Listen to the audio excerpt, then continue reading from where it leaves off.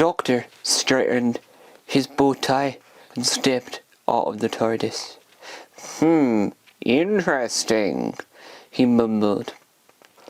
It's a museum, said Vicky, following the doctor. Why are we here? I'm not sure, but the TARDIS brought us here, and if the TARDIS brought us here, it brought us here for a good reason. A very good reason. It's a shame the TARDIS couldn't tell us what that good reason is, said Jamie. It's not very helpful. What? Gasped the doctor. I won't have any more suggestions that the TARDIS is in any way defective. It's a magnificent machine. The TARDIS was very proud of the doctor was very proud of the TARDIS. I want just to saying, it does have a habit of dumping us in the middle of danger and leaving us to it. The doctor growled at Jamie and gave the TARDIS a pat. Now, keep your eyes peeled, said the doctor. What for? Asked Jamie. Everything that looks unusual, replied Jamie. We're in a museum. It's a very interesting museum. Three of them walked further into the museum, looking for the unnamed, unusual thing.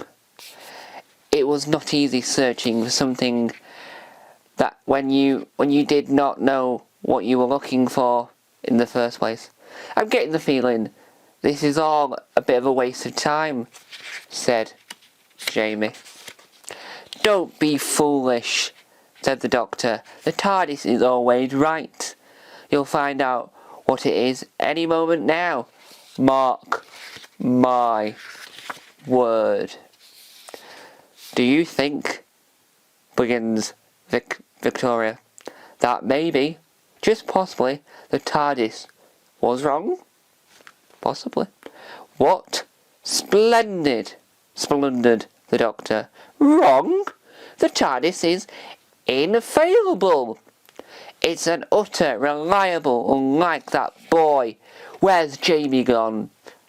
Wandered off again, I suppose. Maybe we should have just gone back to the TARDIS, suggested the doctor. But there was an answer. Victoria! Jamie! The doctor was all alone. Oh, my giddy aunt! He exclaimed. The doctor walked warily on and around the next corner. He came to a Himalayan exhibition. There was a leopard, and a mountain goat, and a yak, and a Yeti! Well, that's odd, said the doctor. I didn't think the Yeti were, and then the Yeti moved. Rio! Ah! Yelled the doctor. The Yeti lunged at him, and then the doctor ran. Everywhere the doctor turned, he was confronted by this Yeti. He skippered into the medieval hall, knocked over a suit of armour, crash! Which in turn knocked over another, crash! The last suit in the row fell, revealing the Yeti holding Victoria in a perplex stuck. The Yeti had knocked it over. My dear girl, cried the doctor. Are you all right? I am now, said Victoria, as the hat of our reader fell off. But we love to rescue Jamie. The doctor looked down at the fallen Yeti. Looked at it. It's not real. It's a robot.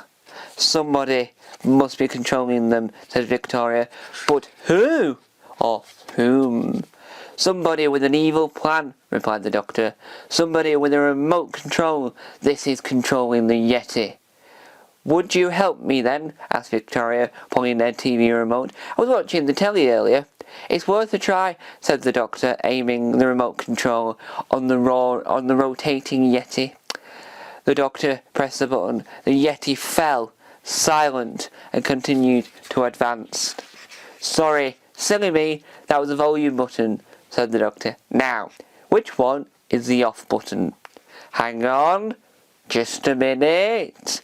Quick, Doctor, yelled Victoria. Suddenly the Yeti stopped in their tracks. Well done, Doctor, cried Vicky. It wasn't me, said the Doctor. I didn't press anything.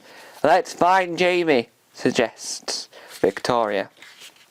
The Doctor and Victoria rushed through the museum until they found Jamie. He was standing next to the pyramid of glowing orbs. A Yeti was serving him a drink on a tray. I think these beasties have made me their king, he said. It seems that way, where the pyramids is the Yeti's controller, and I'm in control. Oh my giddy aunt, exclaimed the Doctor. Well, said Jamie, when they were back in the TARDIS, it was lucky that I was there. This old thing wasn't going to do us very much good. At that, he slapped the control desks. I will not have you criticising the TARDIS, cried the Doctor. It's a wonderful piece of engineering. A visceral box of Whoanory and faithfulness, machine, miracle. Now let's get out of here. The Doctor pressed the start button, and nothing happened. And the TARDIS had run out of energy. Magnificent, chuckled Jamie. Flawlessly, laughed Victoria. Oh my giddy aunt, sighed the Doctor. Well, what a lovely story. Goodbye.